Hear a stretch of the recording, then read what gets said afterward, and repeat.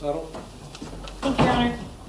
We are present this morning in the case of the State of Ohio versus Jonathan Williams, case 26-CR-782. The defendant is present, represented by counsel, attorney Dan Williams. We're here today for the purposes of a sentencing hearing. On June 16th, the defendant pled guilty to a one-count information, that being theft, a felony of the 4th degree. A pre-sentence report and victim impact statement have been completed. The parties have had the opportunity to view that pre-sentence report and are prepared to proceed with sentencing today. There is a joint recommendation for community control sanctions. Thank you. Thank you. Mr. Williams. Yes, Your Honor, thank you. As was indicated at the time of this plea, a joint recommendation of community control was made to the court so long as Mr. Williams continued to abide by the terms and conditions of his bond. To date, he has done just that. A number of documents have been submitted to the court in advance of the sentencing hearing, including the sentencing memorandum of the defendant, a number of letters of support on behalf of Mr. Williams, as well as the pre-sentence report and investigation. We'd ask that those be incorporated into the record at this time, Your Honor. Your Honor, when viewing the principles and purposes of felony sentencing, it is our position that a non-residential community control sanction would be sufficient in this instance to both punish Mr. Williams without imposing any unnecessary burden on any state or local resources. As the court is aware, Mr. Williams has no prior criminal history of any kind. This was quite frankly a crime of opportunity that was brought about by mounting debt that Mr. Williams felt he could no longer manage, and we feel this occurred in circumstances that are unlikely to happen again.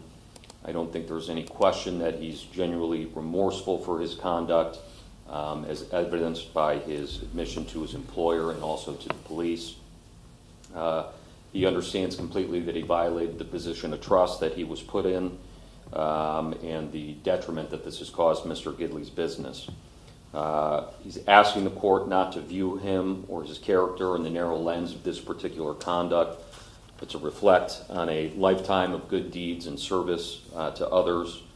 Mr. Williams is a well-regarded member of both his community and the church. I think the letters of support that you've received reflect a man who has lived the vast majority of his life in service to other people. Understandably, it's hard to reconcile the person that's been described in those letters with the person who committed the conduct that occurred here, but that is what we're asking the court to do.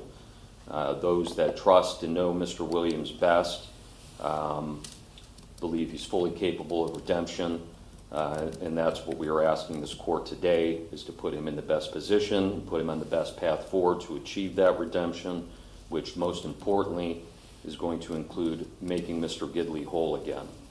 Mr. Williams is gainfully employed. He's always maintained steady employment throughout his life.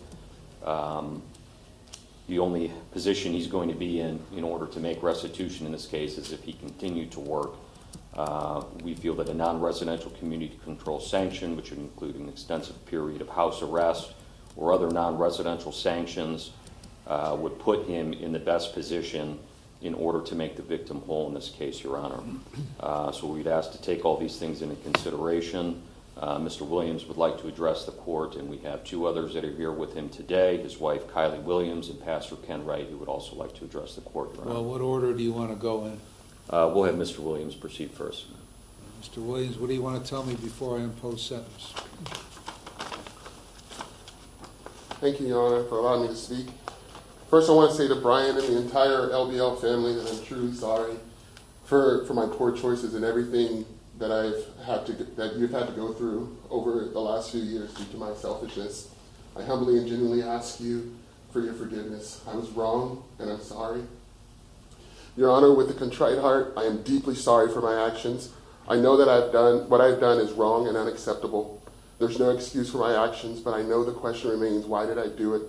There are a few reasons I did what I did. I had accumulated debt throughout the years, and we were trying to purchase our first home. We weren't able to get a loan without first improving my credit score and paying down some of the debt. With all of the other bills still going on and my kids growing up and needing things for school and sports, I felt helpless. So I started depositing cash from my job into my personal account to stay on top of bills and to pay down debt in order to get approved for a home for my family, believing that I would pay it back. This is an insane way of thinking, and I'm embarrassed to even say it out loud. From the time I was a very young child, I've worked very hard to provide for my family. My first job was when I was 10 years old, where I would give money to my mother to help buy groceries for my sister and me. I've worked and served every community I've been a part of since. It's hard to believe that just a few years ago I was walking the hallways of the West Wing in the White House working in the Trump administration, and now I'm standing before you today asking for mercy to be extended for the wrong I have done. Living under the weight of my choices the last 2 years have been very eye-opening and yet very challenging. I've realized that I can't always do things on my own. I can't just figure things out. I've learned that I need help when times get tough and not to lean on my own understanding or to take matters into my own hands. I know there are consequences for my actions. I try to teach my kids this every day. Every day that I get to either drop them off at school or text them, I tell them 4 things. 1, I love them. 2, be a good leader, make good choices, and treat people the way you want to be treated. I failed at my advice to my children, but I pray that they will learn from my mistakes. Today, as I stand before you, I know the possibilities of my sentence, but I'm asking you to show me mercy. I'm asking that you give me a second chance at life and that I won't be separated from my kids and family. I now have multiple jobs that I'm working, and including bus driving, providing tech support online for ministry in Arizona, freelance photography, music director at my church, driving for Amazon, and picking up extra shifts. I need to work to provide for my family and also to offer restitution to those I've hurt. My goal in life is always to give more than I receive. Thank you for considering my request and hearing my heart.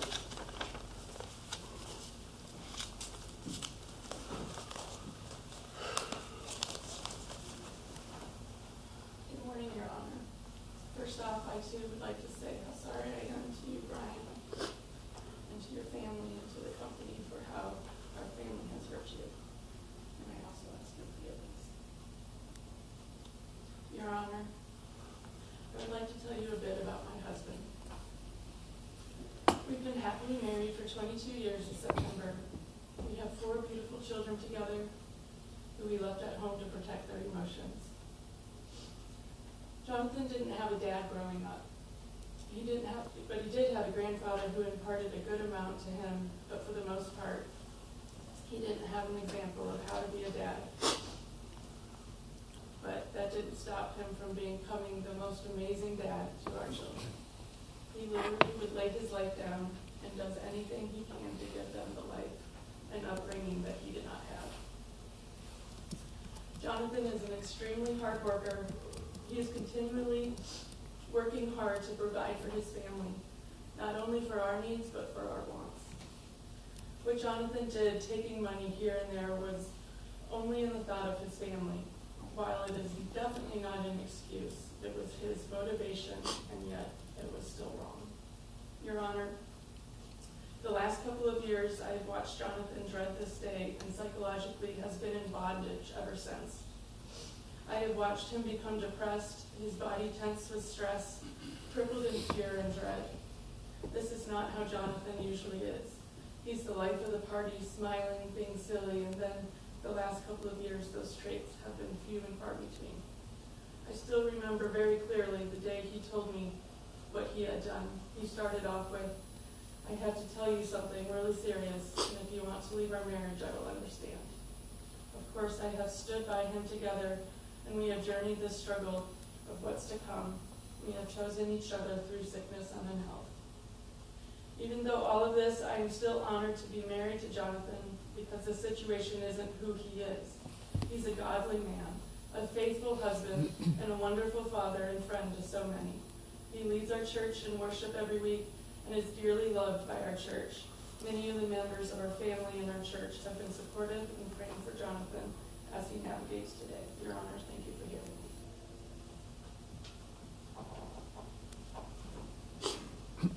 Good morning, Your Honor. Thank you for the opportunity this morning. Past 5 years, I've had the privilege of pastoring Jonathan and his family. And during that time, I have found that Jonathan has consistently volunteered his time, his talents, serving in a variety of capacities within our church. He's always been willing to help wherever there was a need, often without being asked. His wife and children are also active volunteers and members of our church. He served in various ministries and positions. When Jonathan shared with me what had taken place, he did not attempt to excuse nor justify his actions. He admitted his wrongdoing, expressed genuine remorse, and even offered to step away from serving in the church if that was necessary. He understood that his actions had consequences, and he was willing to accept the responsibility for them. I was genuinely shocked to learn of this offense because it stands in stark contrast to the man I've come to know over these past 5 years. While I do not condone or minimize what Jonathan has done, I can honestly say that this is not the character he has consistently demonstrated in our church community. In my experience, he has been generous with his time, dependable, and committed to serving others. Life is often marked by chapters. Sadly, this chapter of Jonathan's life includes a painful failure and a decision that has serious consequences. But I do not believe that this chapter defines the entirety of his life, nor his future. I believe he is sincerely repentant and desires to rebuild his life, restore trust, and move forward as a better husband, father, and member of our community. I respectfully ask that as you determine an appropriate sentence, that you would consider extended mercy where possible, particularly in the light of Jonathan's family and his ability to continue to earn a living while making restitution and rebuilding his life. Whatever the outcome, I know Jonathan is prepared to accept responsibility for his actions and begin the difficult work of moving forward with integrity. Thank you, Your Honor. Thank you. When did you start taking this money? I don't remember the exact date. It was probably in August or September 23. How long had you been working there by that point in time? So I had been working for the company, I think, for over a year in various capacities. I started as a cashier, retail cashier in the Chardon location, and moved to the Middlefield location and kind of worked my way up as a manager. And then when the person that was in my position before had resigned, Brian had asked me to take over that since I had a little bit of experience with QuickBooks. But it was just, I got that position because I worked hard and I was committed to helping the company. And so I think I was there for a little over a year before I went to this position. And how long were you in the position before you started to steal? I don't know the exact, but it was probably three or 4 months.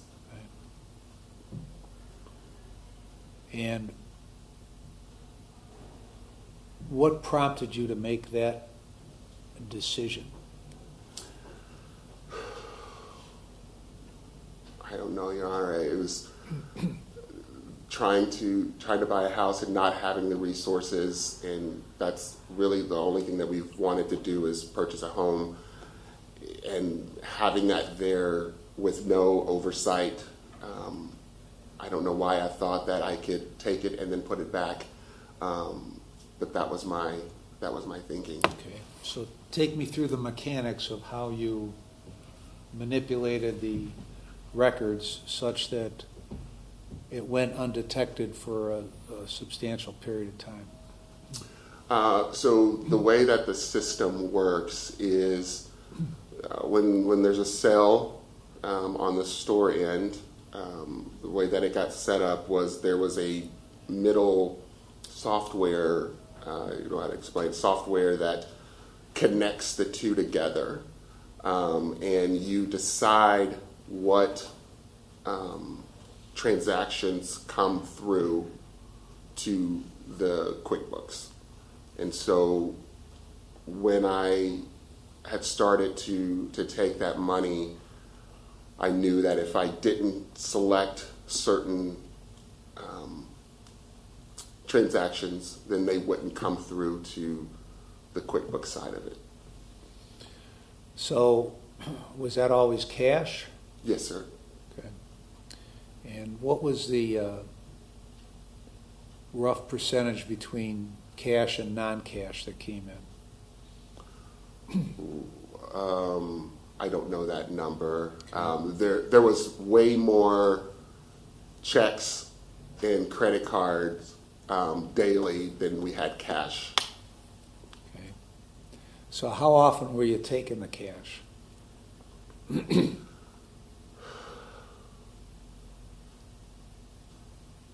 I'm not sure. It was just whenever I got really low on our personal. So if I were to give an amount, maybe once or twice a month. And over what period of time once this started?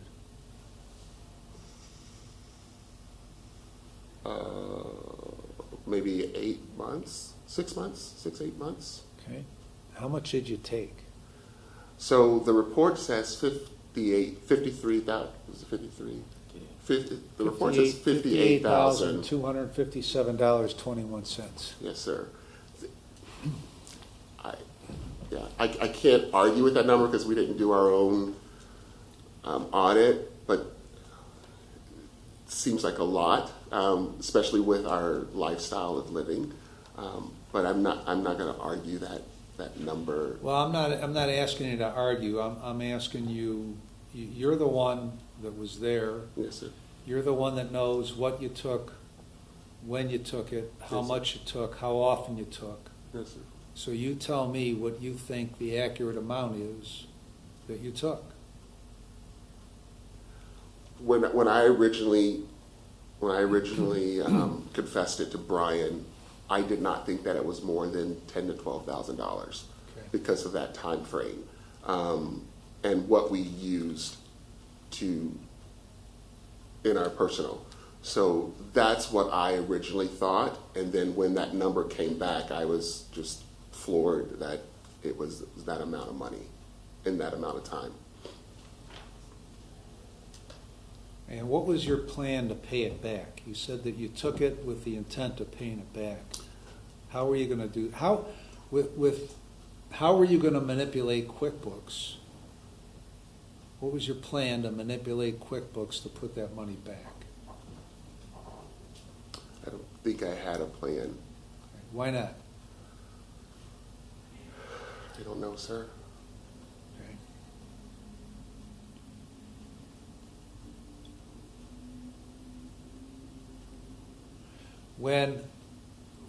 Was there a time when you were not paying sales tax or other taxes to the state of Ohio that were supposed to be forwarded? Yes, sir. Okay. When did that start? Around the same time frame?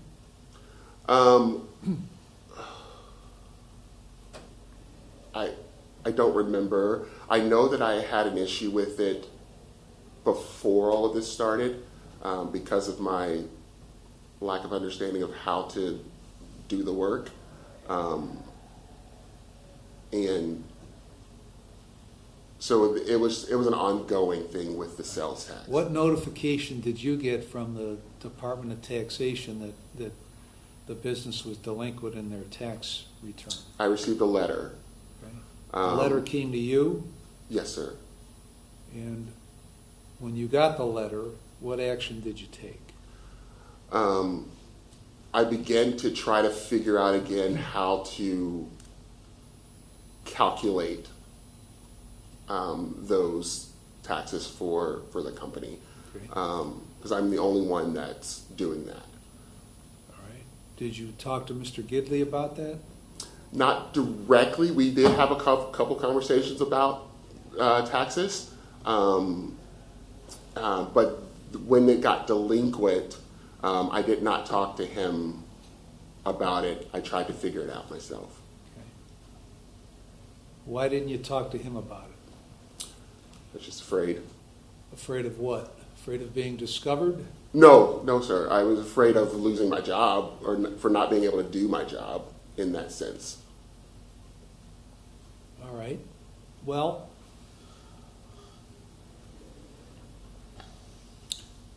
what communication did you then have with the Department of Taxation about these issues? They told me I had a certain amount of time to get the money in, and so I started to work on how to get that in, and then they said that I couldn't do. Normally it's by check, I think it was, but I couldn't do a business check. I had to do a cashier's check. Okay, and what was was it a installment payment or was it full payment? What was it? What did they demand?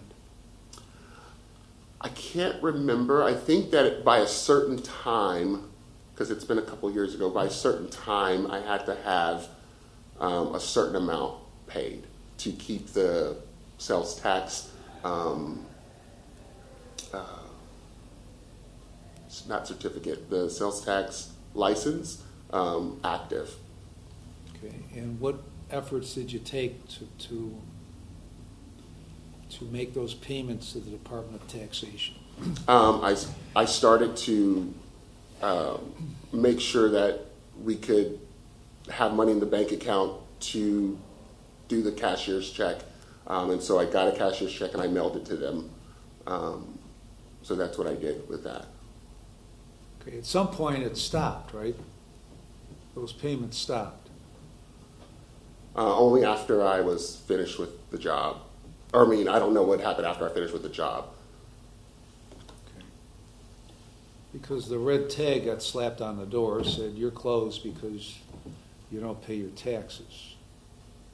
Were you gone by that time? Yes, sir. Okay, when did you leave that job?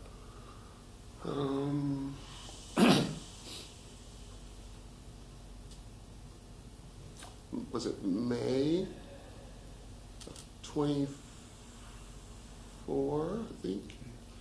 So suffice it to say, Mr. Gidley had no knowledge of this delinquency when you left, right? Yes, sir. Well, I don't know if it was when I left. He did mention to me that he saw the check that was sent to the tax people. So I can't remember if that was as I was leaving or afterwards.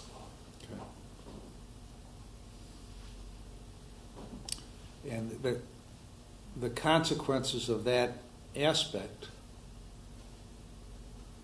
of the Department of Taxation slapping that bright piece of paper on the door was devastating to that business, wasn't it? I would assume so, sir. Well, clearly, right? You guys are closed because you don't pay your taxes. So I guess the question is, why would a customer ever come back there again? If, first of all, the store is closed, and second of all, they're determined to be a tax scofflaw. Why would anybody come back there? So here's the thing that puzzles me. From listening to you, to your wife, and to the pastor, is that you present a very you've presented a very conscious effort to say how you've spent many, many years helping others, volunteering for others, doing good in your church and in your family, and you're robbing this guy blind. How does that get squared? How does one compartmentalize their life so that they live two completely different lives? Explain that to me. I can't, sir. Sorry.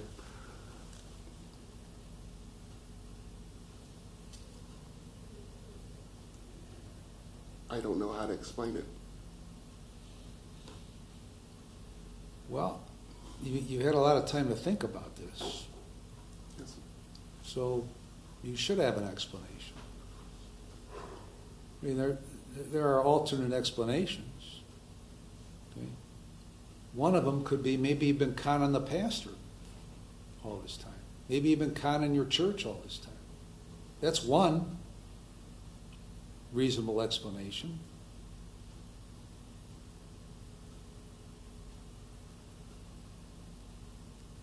But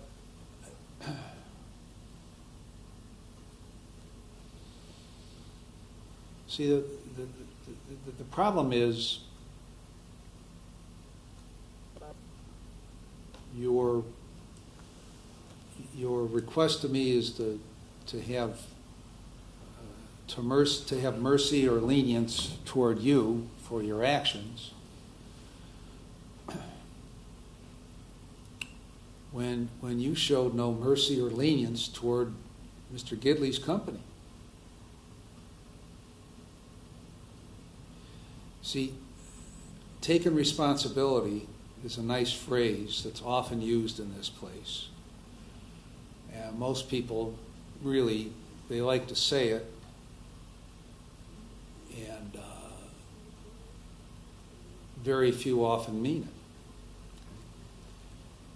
Because people like to say they take responsibility when they plead guilty, and then when I sentence them, they don't like the sentence, so that tells me they're really not taking responsibility for their actions.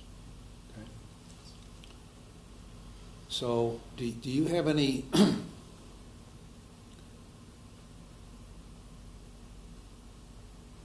any understanding on how you have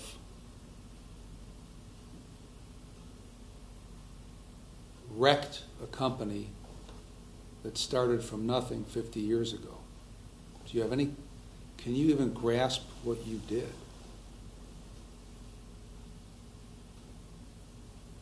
All in the space of a year, a couple of years, whatever it was, all in the space of a year or two, it took to destroy what took 50 years to build up from nothing. Now,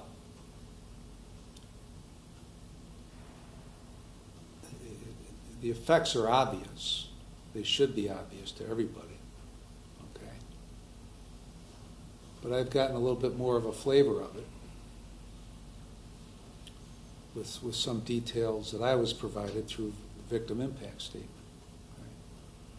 But these folks, Mr. Gidley's parents, start this thing from nothing, build it, continue to build it, turn it over to their son.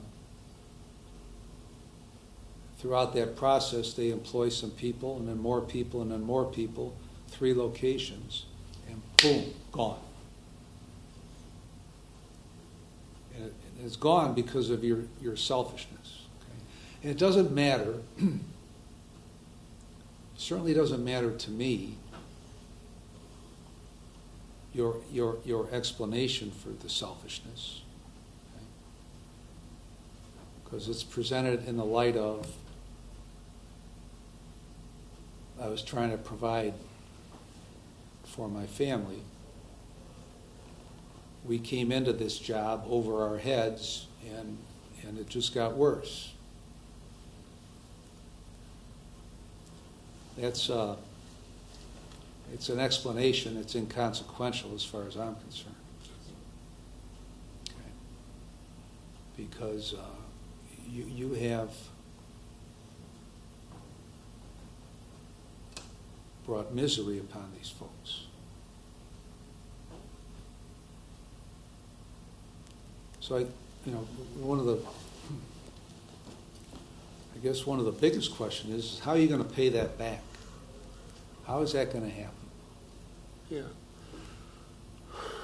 So what our hope is, our plan is when I start working next week, we're going to take at least $500 from our check in a month put that towards restitution, as well as in a few months we'll pay off one of our cars that we've had for a while, and that $500 payment will also go, instead of going to pay the car, it will go directly to pay restitution. And so we're hoping from anywhere from $500 to $1,000 a month to go towards paying it back.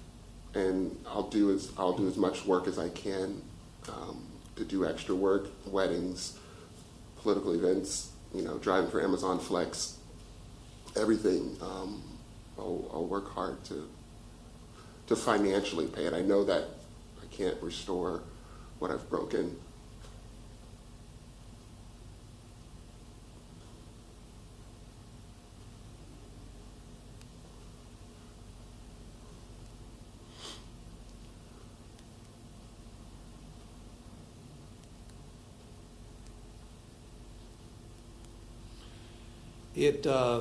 Two things within the last half hour.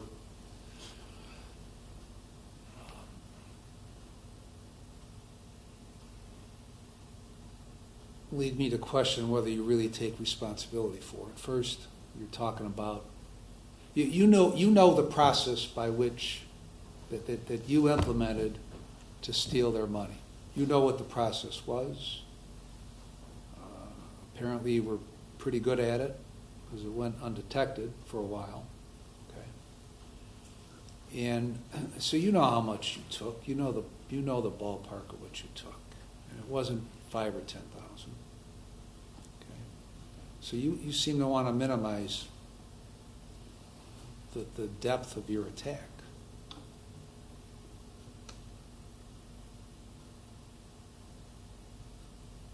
Am I wrong or am I right? Sir, I don't want to minimize. I don't want to minimize it at all. I know maybe you don't want to, but you seem to be. Consciously, subconsciously, you're talking about a couple $100 once a month or twice a month. That don't add up.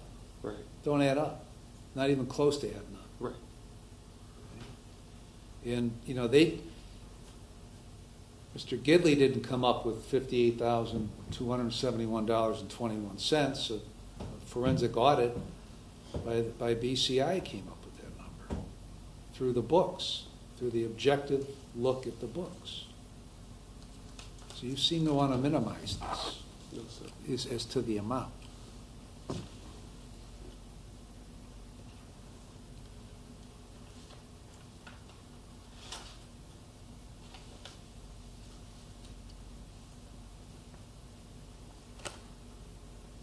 So,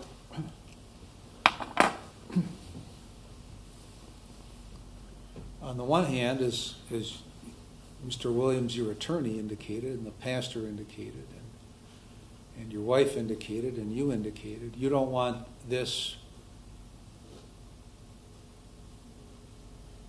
theft to define you, right? Yes, sir. This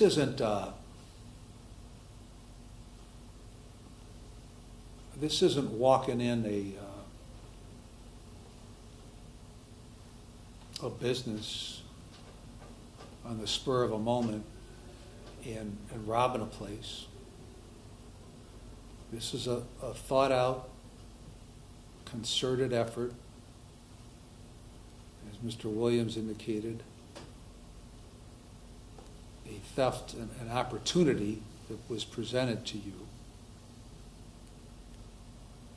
that you worked for quite a period of time before it all imploded. How much of that money did you pay back? I haven't. Right. I mean, when you were working there, your intent was to pay it back. So in the context of when you were working there, how much did you pay back? I don't know how much. I know that I did put cash back. I don't know the amount, and it sounds stupid. I wasn't even tracking it, so I didn't. Looking at it now, it's like, how would you know how much exactly? But I did put cash back inside of that. There were small times where I would use my own credit card to pay for things, for the business. But How nowhere do you near reflect that in the QuickBooks entries then? I say that again. How would you reflect that payback in QuickBooks? So Because I assume, I don't know how QuickBooks works, okay? But I presume that software is to make it easier to track things. So you're not writing on ledgers all the time. Yes, sir. Okay, probably like they were in 1975, okay? I presume it's easier. So there's a way to track things.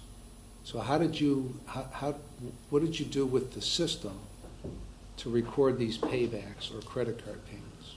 So as far as the cash goes, so I've got a drawer full of cash, from days or whatever, and then when I run what's called an end of day,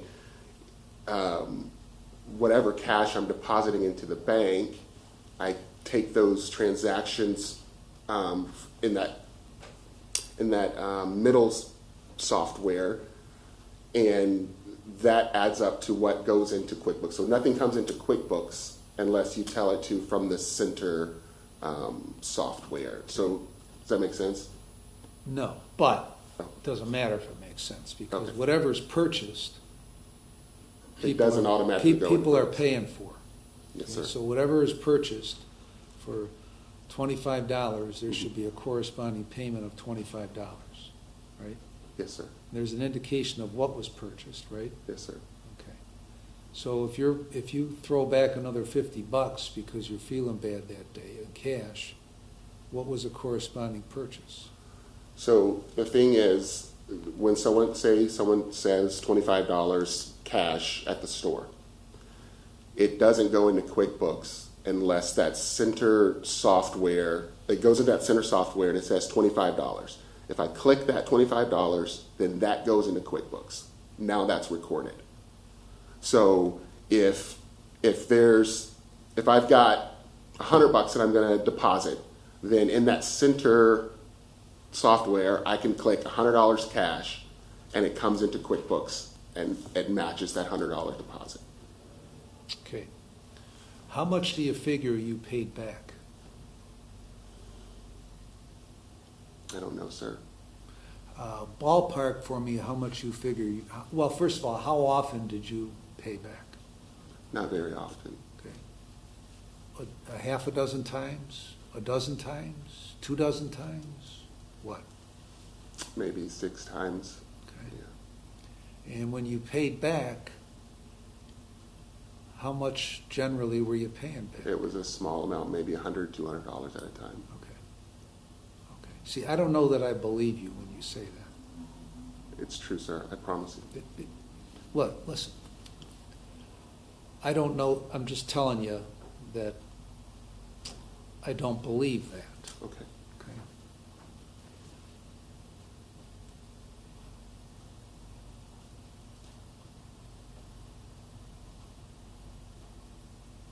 Anything else you want to say? No, sir. Ms. Tuttle? Your Honor, Brian Gidley wishes to speak at this time.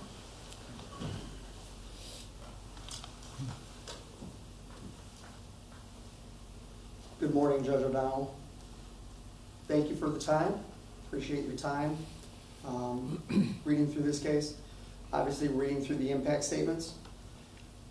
A little bit about myself before I get into some of the things I want to say. I'm a second-generation owner. My parents started the company when I was a kid to provide better for our family. I understand what it means to provide better for your family through hard work. I'm speaking on behalf of myself, my wife Delynn, my mom and dad, both of my adult children, and all the folks you see behind me who've been impacted, as well as those who would not and could not attend this morning that were impacted by Mr. Williams' actions. When my parents started the business in 1975, it was in my grandmother's basement. They worked hard. We bought a house. We moved it into our basement. We then worked for years on weekends and evenings, because my dad worked a full-time job, as a family, to provide to where we could have a pool in the backyard, things of that nature. When I graduated college, I had a choice. I could go out into the real world and work, or go in the real world of business. I made the decision to go into business with my parents and take the business over. That was 1991. I took that business with my mom and dad next to me, and we grew it through 16-hour days, 7-day work weeks, and an immense amount of work to build.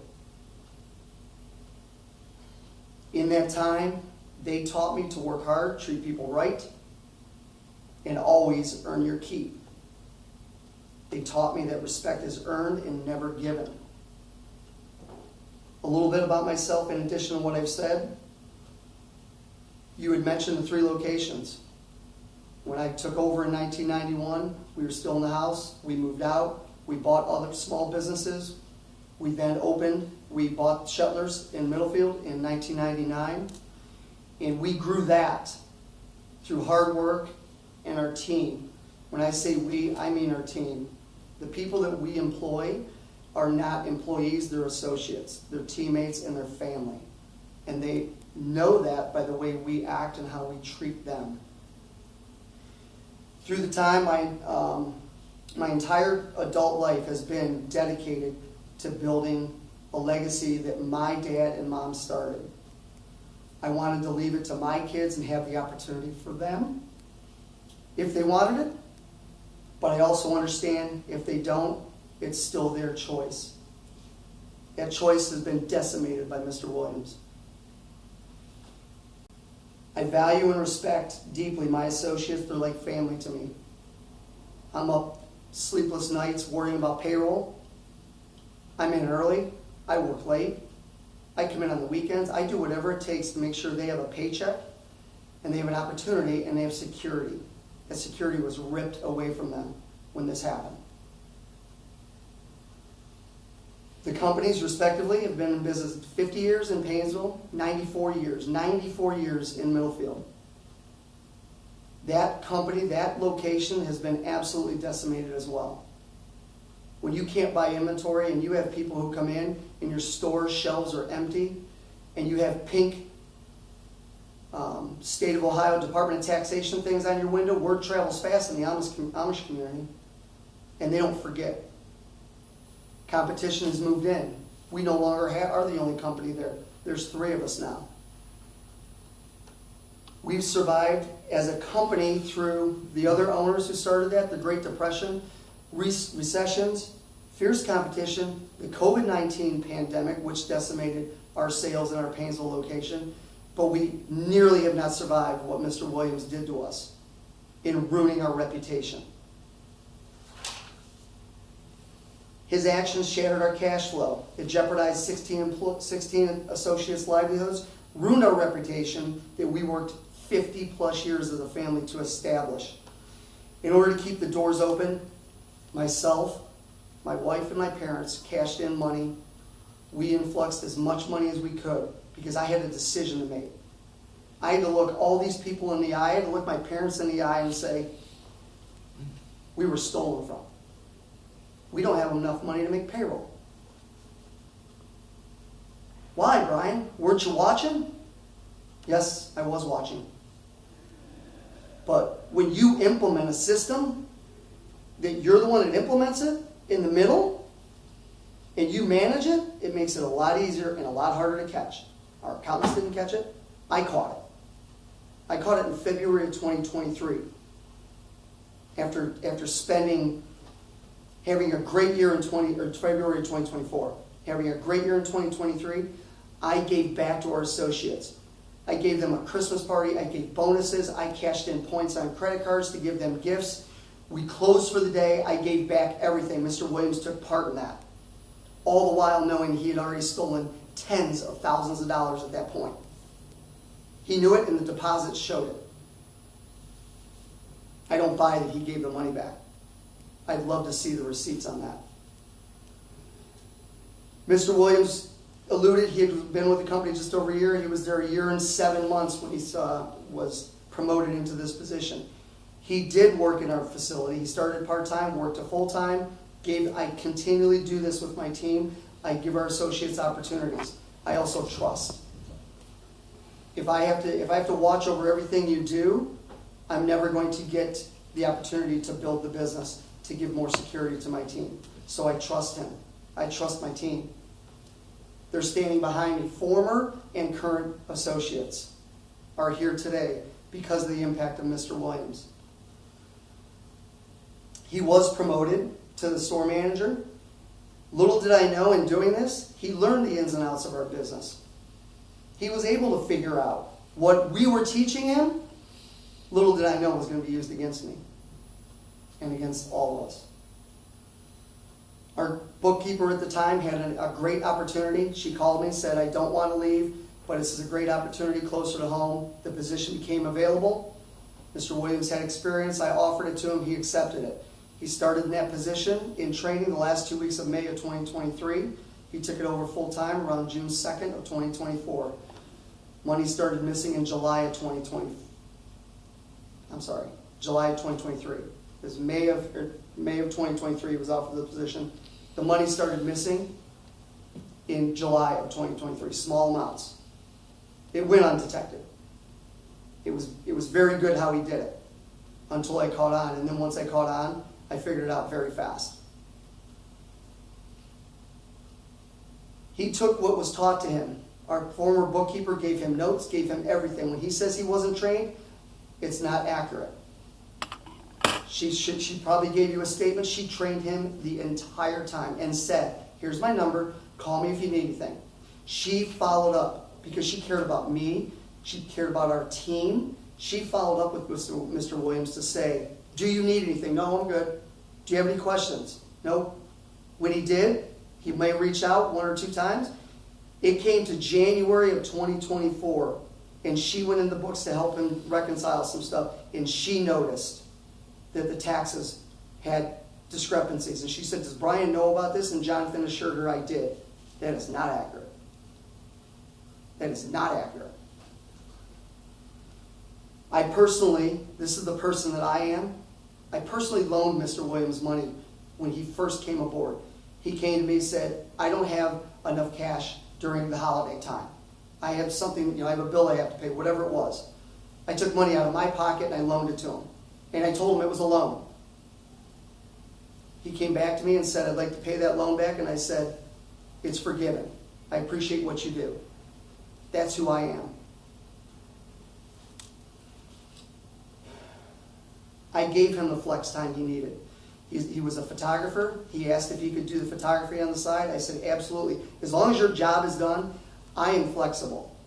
You can work Sunday evening so you can have Monday and Tuesday off to be with your family. I don't care. Just make sure your job is done. He was given so much opportunity. I included him in a new business venture I had and said, how can we help build your photography business local to where he could spend time with his family? All the while, he's stealing from me. It's unbelievable. It's just absolutely unbelievable. He just didn't steal money from me and my family and our team.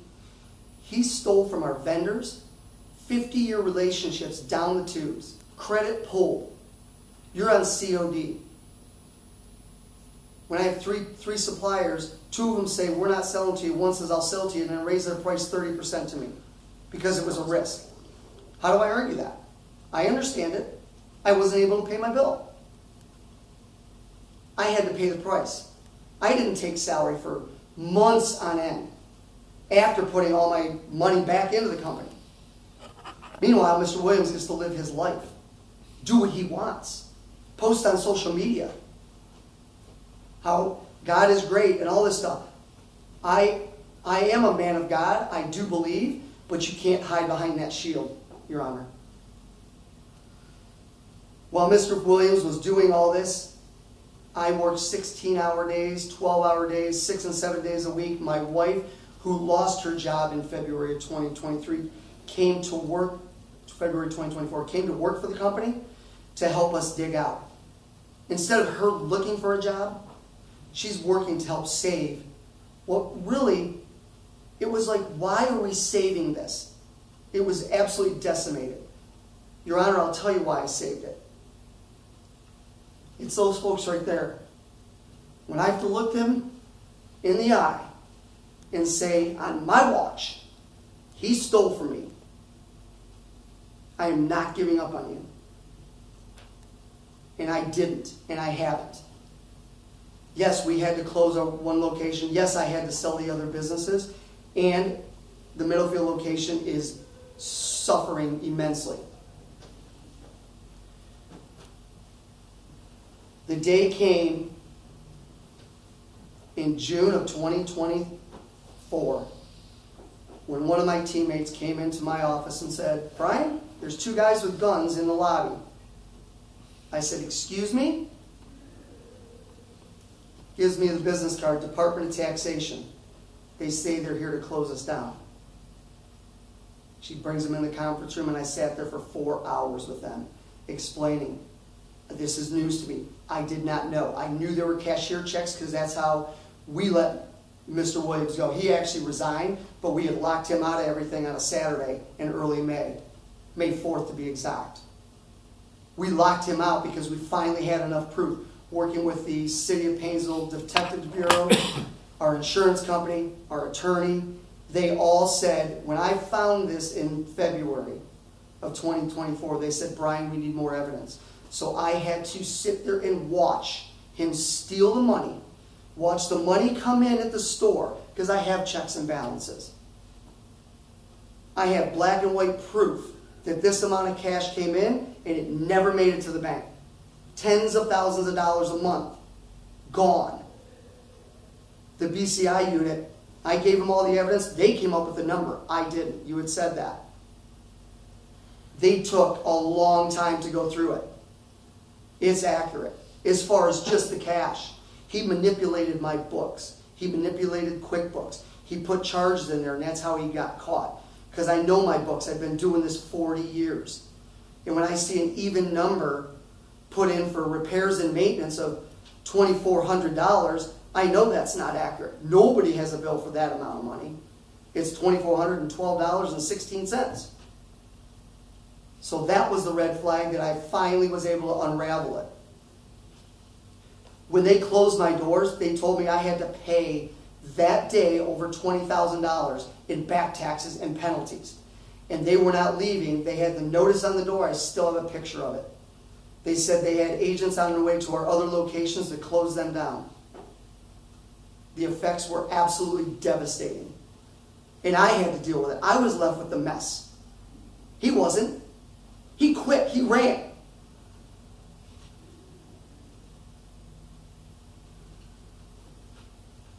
Working with him for weeks was so painful. My wife and I fought. She came in. She says, how can you stand watching him knowing he's stealing? And she's right. And I said, honey, you've got to stay the course. The Detective Bureau, everybody said this is what you need to do to catch him. I said, I already have 6 months of evidence. Why do I need 2 more? Meanwhile, the money's just going like this. The straw that broke the camel's back was in late March when he came to me and told me we couldn't meet payroll. And I knew at that point in time he had stolen tens of thousands of dollars. And I said, something's not right. I'm going to go back to my accountant. And I said, I'm going to go back to the reconciliation at the beginning of the year, and we're going to find this. Do you know, through forensics, we found on his computer, he searched that afternoon, how to undo the year-end transactions? No excuse.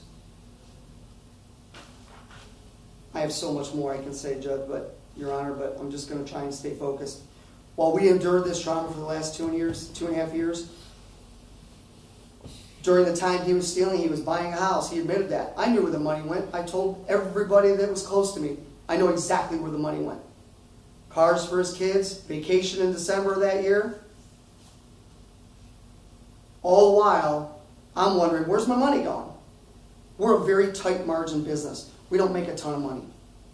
So when you take $58,000 and then you manipulate books and whatever else he was doing that the forensics didn't catch, it's detrimental. It's just absolutely detrimental. Over this time, he talks about him falling into depression. I'm a very outgoing person. I built this business with my family and my team by being out in public, going to see customers. I stopped going to see customers. I didn't want to see anybody. I didn't want to go to work and see them. I would work off hours so I didn't have to see my associates because I was embarrassed. I still haven't recovered from that, Your Honor. I go home at night and I don't want to see anybody or talk to anybody because I trust no one outside of my immediate family, which is here, because of his actions. And I'm a trusting person. You tell me you're going to do something, Your Honor, I trust you. And then you prove me wrong. I need to change that because I was taken advantage of. The effects, Mr. Williams left me and others holding the bag of his destruction that he created. I woke up in that February night, middle of the night, and I said, something's not right. And I spent all night, I was up all night. I woke my wife up at 4 o'clock in the morning and said, as I had papers and I had computer stuff everywhere, I said, I want you to look at this. Make sure I'm not missing something. She looked and said, something's not right. Called my accountant immediately. Started looking into it, figured it out. It was accurate.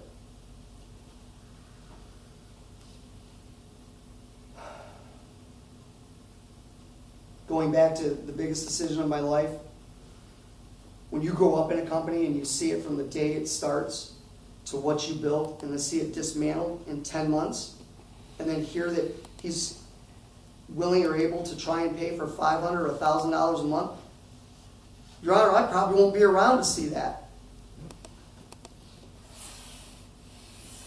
It took him 10 months to steal it. He should pay it back in 10 months. He's had 2 years of knowing he stole. Why hasn't he saved the money? Because he doesn't care. We spent tens of thousands of dollars hiring a forensic accountant. They're extremely expensive. And then when I finally was working with the courts, they said, we can have BCI unit do it. I had already spent the money. It's okay.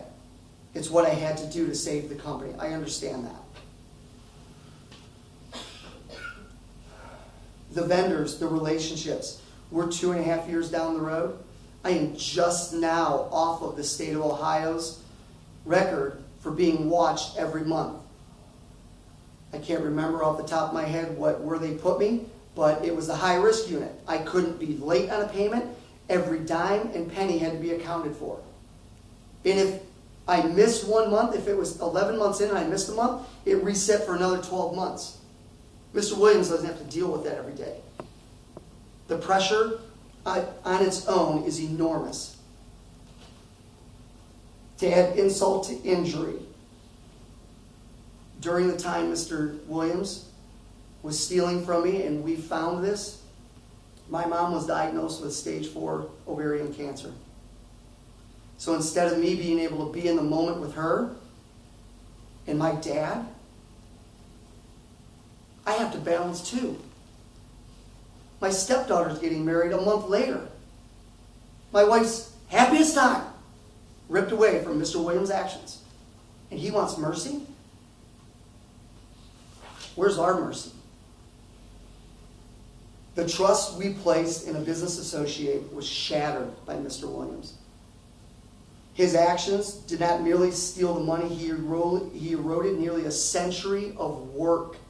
100 years almost in Middlefield. Gone. The name is been dragged through the mud. We had a bustling store. We don't have that anymore, Your Honor. We have a store that's trying to survive through every person that's here and the folks that are out there right now working that couldn't be here, trying to survive. And thank the Lord they stood by me. I've had folks that haven't, and I completely understand that. This is not their fight. They didn't sign up for this. They expect me to take care of it, and I failed them.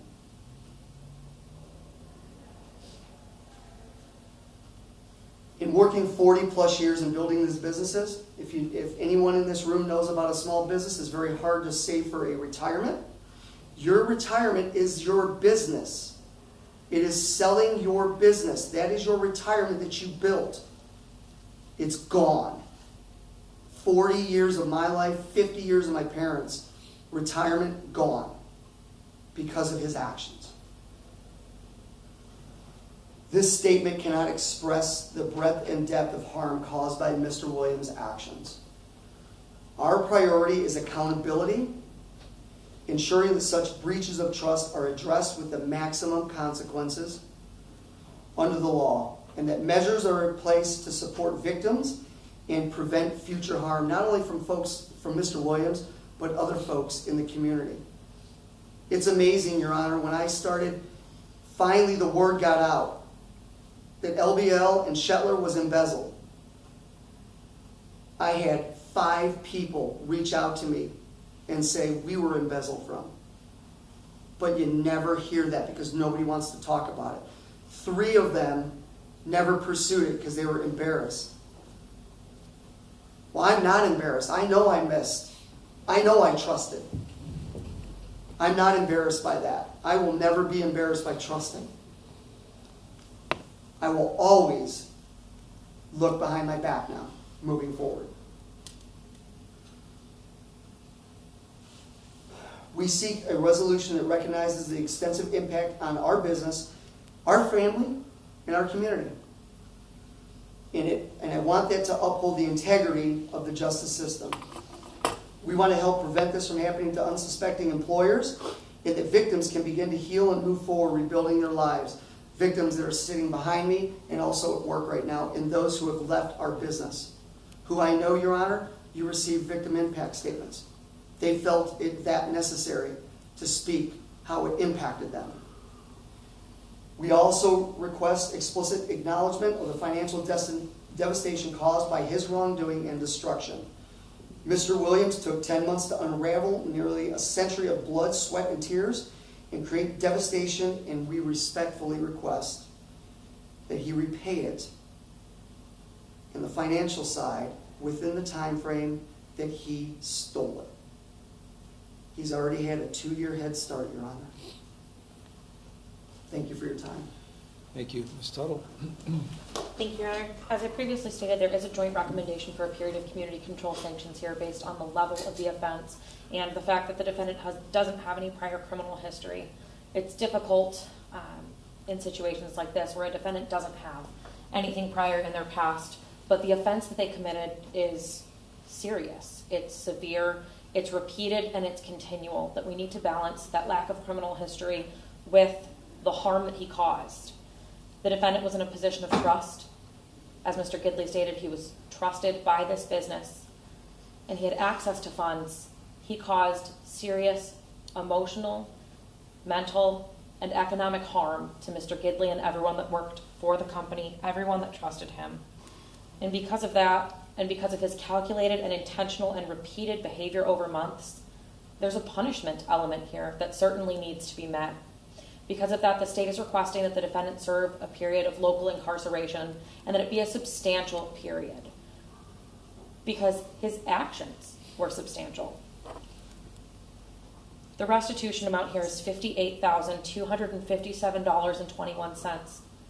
That's more than the defendant's yearly salary was working for this company. That's the amount of money that never made it to the bank. So if the defendant gave some money back or put some money back, that means that what he took originally was higher than that $58,000 number. I know that the defendant stated today that based on the lifestyle he lives, he doesn't think there was any way he took more than $10,000 to $12,000. The state provided his own bank records as part of discovery in this case. His own bank records showed that over that mere 10-month period in time, he was going to his own bank, sometimes daily, and deposited over $36,000 in cash to his own account. That's what made it from his hands into his bank.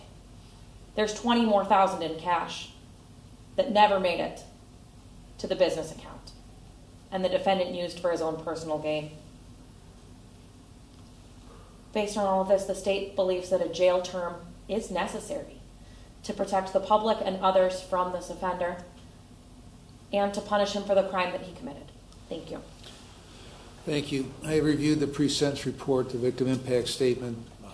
I have listened to Mr. Williams, those who spoke on his behalf, Mr. Gidley.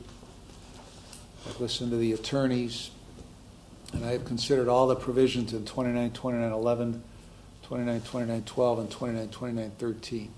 There is no good resolution to this case. I could send you to prison for 18 months,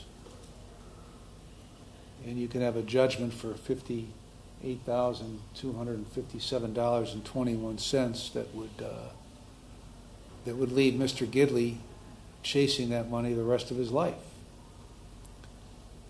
I can put you on probation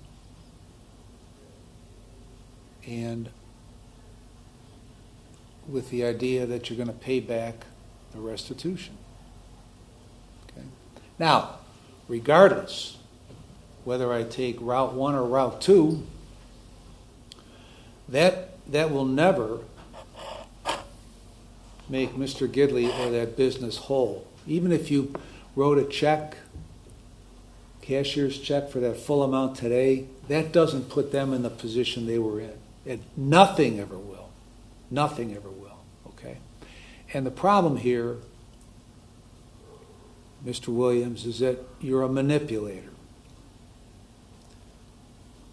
Now, you certainly, from the time you went to work for Mr. Gidley, you were a manipulator because you manipulated him the entire time you lived there, or worked there, rather. Okay, the entire time.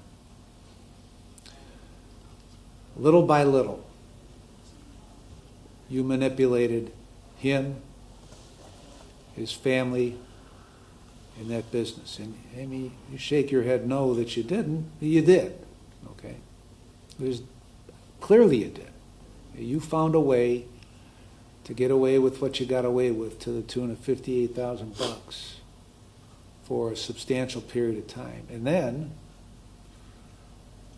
when you were called on it by Mr. Gidley, your response was to go back to try to manipulate records retroactively. Okay? So the entire time you worked at that place of employment, you were a Class A manipulator. And as I sit here and listen to all this today, and particularly you're still manipulating. Okay? Because you talked about an amount that you didn't think was anywhere near that, but Ms. Tuttle just indicated there was an influx of $36,000 in cash to your bank account during this time period. Okay? So you know full well what you did, and you try to minimize it now. And that, sir, is not taking responsibility. That is trying to parse things, which means you're evading responsibility. Okay? So now, whether you were a manipulator before that, I don't have the slightest idea. Okay? My guess is you were. This wasn't a sudden behavior that you learned when you went to work for Mr. Gidley. Okay? So my guess is, to some degree and in some sense, you've been manipulating people for a good long time. So now the question is, what's the appropriate punishment? Okay. The only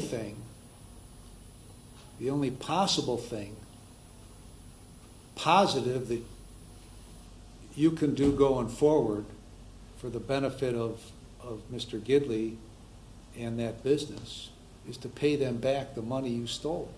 Okay? But like I said, that ain't the half of it. Okay, they're devastated for the remainder, and there's no way around that.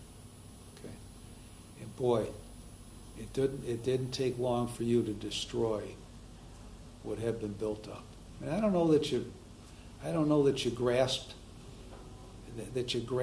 that before you walked in here, or you grasp it now, or you'll ever grasp it.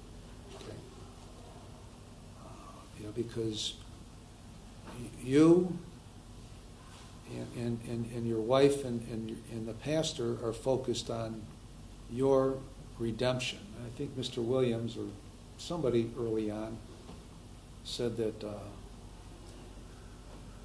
for me to give you the opportunity to redeem yourself. I ain't in the redemption business, okay? It's not my thing, okay? So in consideration of everything, I'm going to accept the joint recommendation of council. I'm going to place you on community control for 5 years. You're going to serve 180 days in the Lake County Jail with credit for 2. Now, I am going to permit you work release, and the only reason I'm going to permit you work release is to pay them back.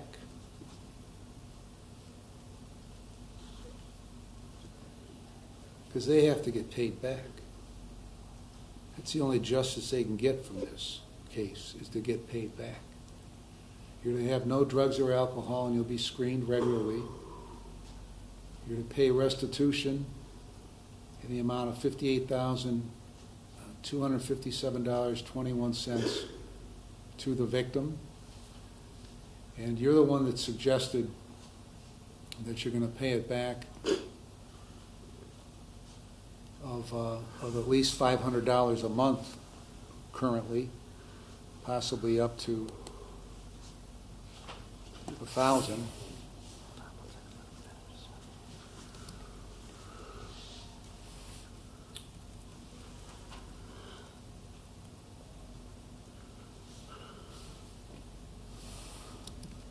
So in the immediate future, I'm going to order that it be at the rate of $500 a month, which I'm going to review, because you are going to do this by work release. But we will review that order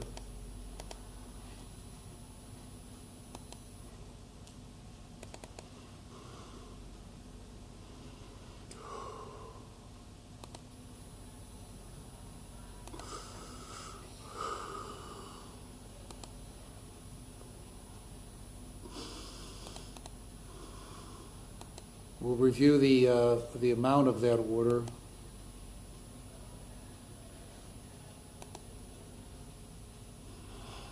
At a hearing that will take place on October 28th at 11:30 a.m.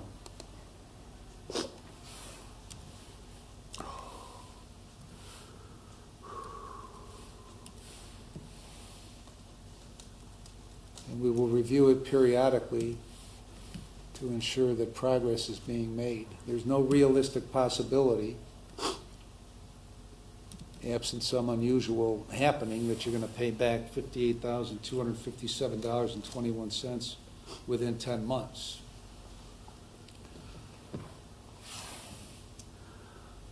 You're to have no contact with the victims, nor cause anybody to have any contact with them. All your dealings with restitution will be made through the probation department.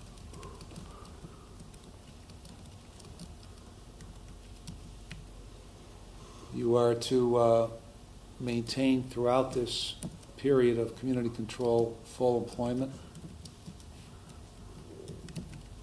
And you're going to pay the costs and supervision fees. Ms. Randazzo, any other terms you think are applicable?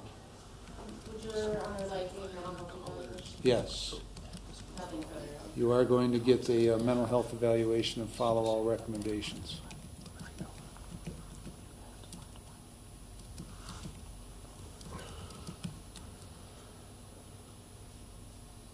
Mr. Williams, do you understand the terms of your community control? Yes, sir. Do you have any questions about them? No, sir. If you violate, the state will file a motion to terminate your community control, and if I find you violated, then you face potentially 18 months in prison. Do you understand that? Yes, sir. Is there anything else, Ms. Tuttle? Your Honor, would you like me to put that next court date in the order? Yes. Okay, nothing else, thank you. Mr. Williams? Just as it relates to the work release, Your Honor, obviously Mr. Williams had indicated there are a number of jobs he's working. Would this be specifically to his primary Well, source of employment as a bus driver? You're going to have to get me places of employment and times of employment, and the order will be fashioned in consideration of those things. Okay. All right. All right.